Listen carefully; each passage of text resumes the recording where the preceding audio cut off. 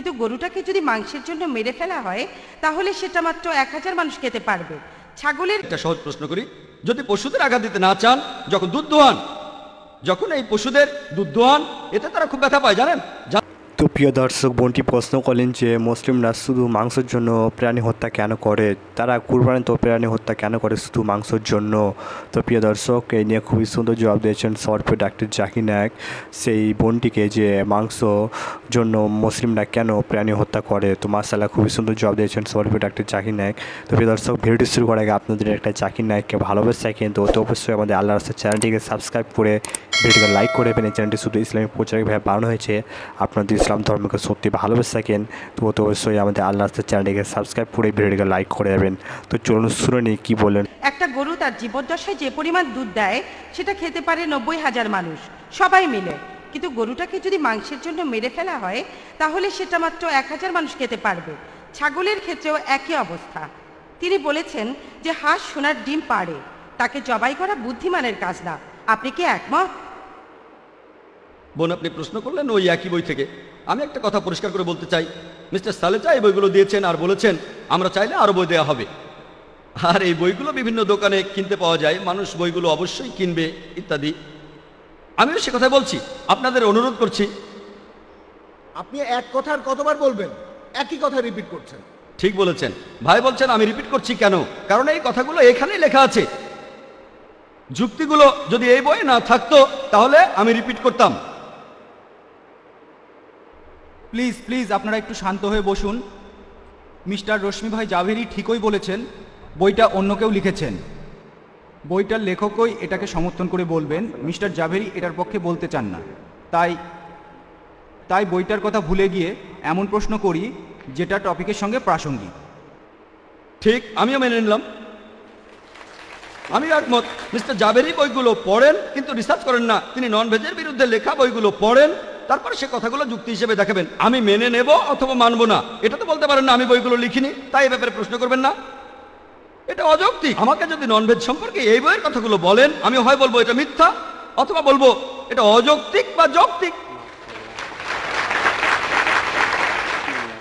আমি বিরক্ত হব কেন?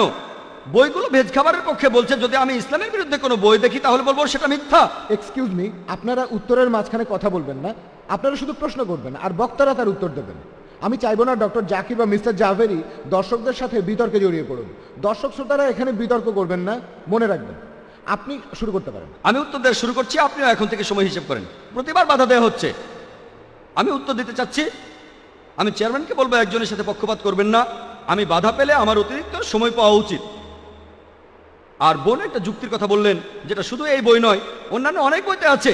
ইন্টারনেটে গিয়ে দেখেন, এই একই যুক্তি দেখানো হচ্ছে। প্রথমেই দুধ কি ভেজ না নন ভেজ, এটা একটা বড় প্রশ্ন। অনেক ভেজিটেরিয়ান আছে যারা বলে যে দুধ হলো নন ভেজ। এই বই, আমি বক্তাকে দোষ দিচ্ছি না, এই বই বলছে দুধ হলো নন ভেজ, যদি দুধ খান অনেক রোগ হতে পারে। অন্যান্য ভেজ ফাউন্ডেশন বলছে না, আমরা ল্যাক্টো ভেজিটেরিয়ান, দুধ খাই। দুধ ভেজ হোক বা নন ভেজ, একটা সহজ প্রশ্ন করি, যদি পশুদের আঘাত দিতে না চান, যখন দুধ দোহান, যখন এই পশুদের দুধ দোহান, এতে তারা খুব ব্যথা পায়, জানেন? কৃত্রিমভাবে দুধ দোয়ালে পশুরা ব্যথা পায়। মা হয়েছেন এমন মহিলাকে জিজ্ঞেস করেন, মাঝে মধ্যে তাদের সমস্যা হয় যখন কৃত্রিমভাবে দুধ বের করা হয়। এটা খুবই কষ্টকর, তাই পশু দুধ বের করার সময় তারা কষ্ট পায়।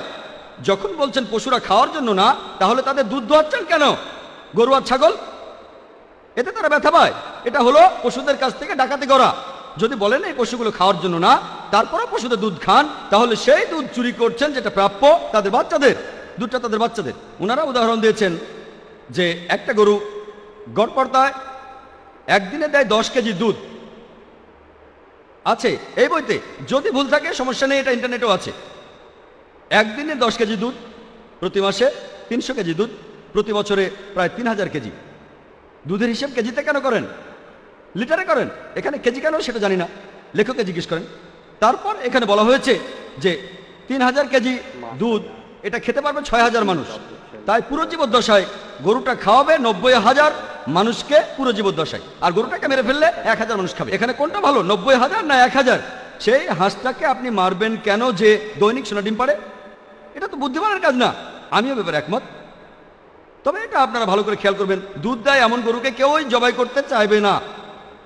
কোনো কসাইখানাতে দুধ দেয়া গরু জবাই করবে না, কারণ এই গরুগুলোর দাম অন্যান্য গরুর চাইতে অনেক গুণ বেশি। বোম্বেতে দুধ দেয়া গরুর দাম 20 থেকে 25,000 টাকা। যে গরুটা আমাদেরকে দুধ দেয় না তার দাম মাত্র 3 থেকে 5,000 টাকা। তাই আমরা যেটা করি, নন ভেজিটেরিয়ানরা গবাদি পশুদের লালন পালন করি যতদিন তারা দুধ দেয়। যখন দুধ দেওয়া বন্ধ করে দেয় তখনই জবাই করি। আমরা হাঁসের সবগুলো ডিম নিয়ে নিই, ডিম পাড়া বন্ধ হলে হাঁসটাকে জবাই করে তার মাংস খাই।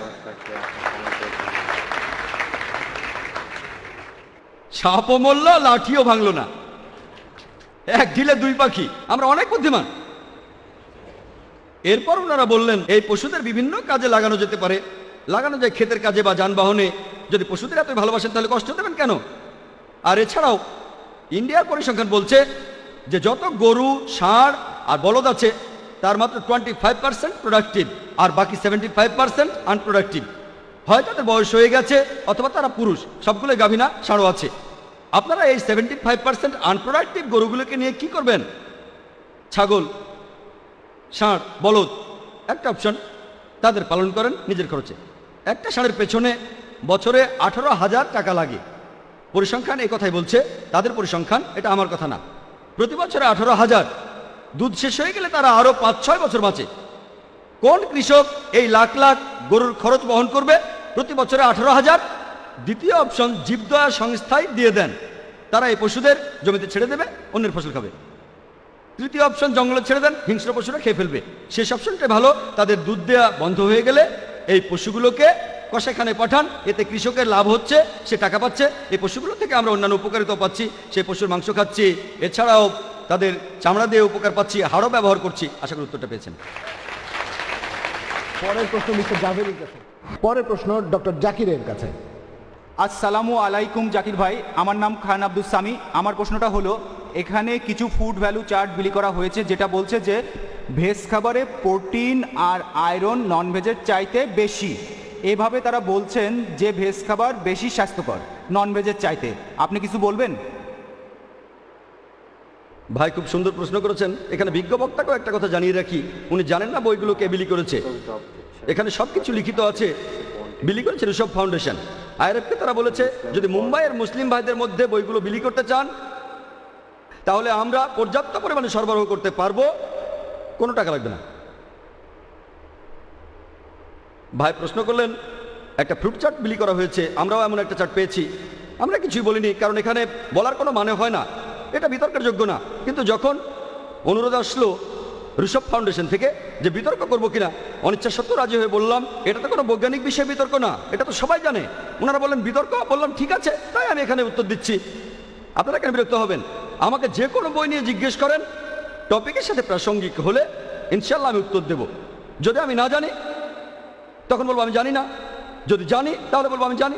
আপনার প্রশ্নটা বুঝতে পারছি। এই চার্টটাও আমরা পেয়েছি, একটা ফুড ভ্যালু চার্ট।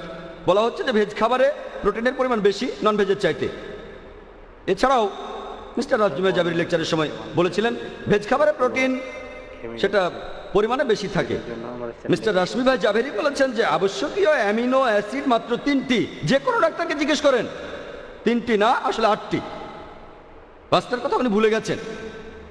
8টি আবশ্যকীয় অ্যামিনো অ্যাসিড যেগুলো আমাদের শরীর তৈরি করতে পারে না, বাকিগুলো তৈরি করতে পারে। এই 8টি অ্যামিনো অ্যাসিড আমরা পাই বিভিন্ন রকম খাবার থেকে।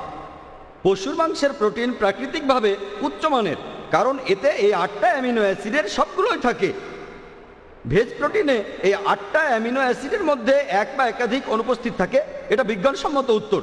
তাই কিছু প্রোটিনের মান হয়তো ভালো ভেজ খাবারের ক্ষেত্রে, কিন্তু প্রোটিনটা সম্পূর্ণ না। ভেজ প্রোটিন অসম্পূর্ণ আর মানের দিক থেকেও নিচে, নন ভেজ প্রোটিন সম্পূর্ণ আর উচ্চমানের। একইভাবে আপনারা দেখতে পাবেন এমনকি আয়রন যেটা আমরা পাই খাবার থেকে, সেটা দুই প্রকার, একটা হলো হেম আয়রন আর একটা হলো নন হেম আয়রন। হেম আয়রন সহজেই হজম হয় আমাদের শরীরে, নন হেম আয়রন সহজে হজম করা যায় না।